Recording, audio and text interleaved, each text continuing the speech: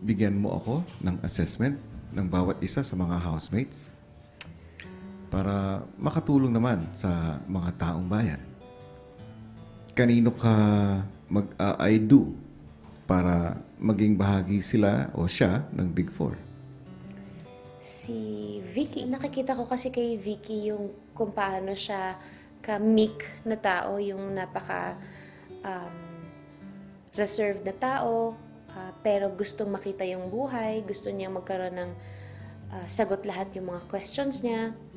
Um, at saka nararamdaman ko na mabuti siyang tao at magiging magandang example siya sa mga kapamilya po natin na nanonood kasi wala siyang hatred sa puso. Hindi ko siya nakikita ng resentment sa nangyari sa mga magulang niya na feeling ko lang kailangan lang i-boost yung confidence niya kasi baka hindi niya alam kung gaano siya kaganda at kung gaano kaganda yung puso niya.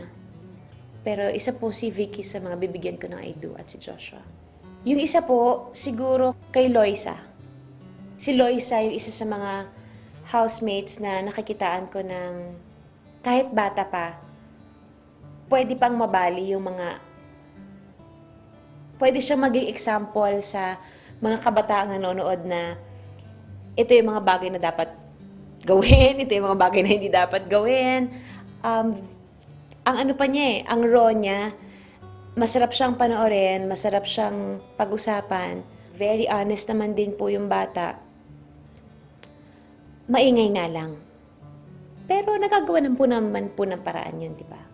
Lahat naman na po proseso. So, sila po yung mga maaari kong mabigyan ng I do.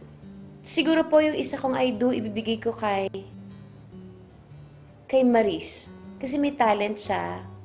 Meron siyang malalim na pinaghuhugutan na alam kong kailangan niyang mahanapan ng sagot na hindi niya alam kung papaano kasi nga siguro dahil bata pa siya.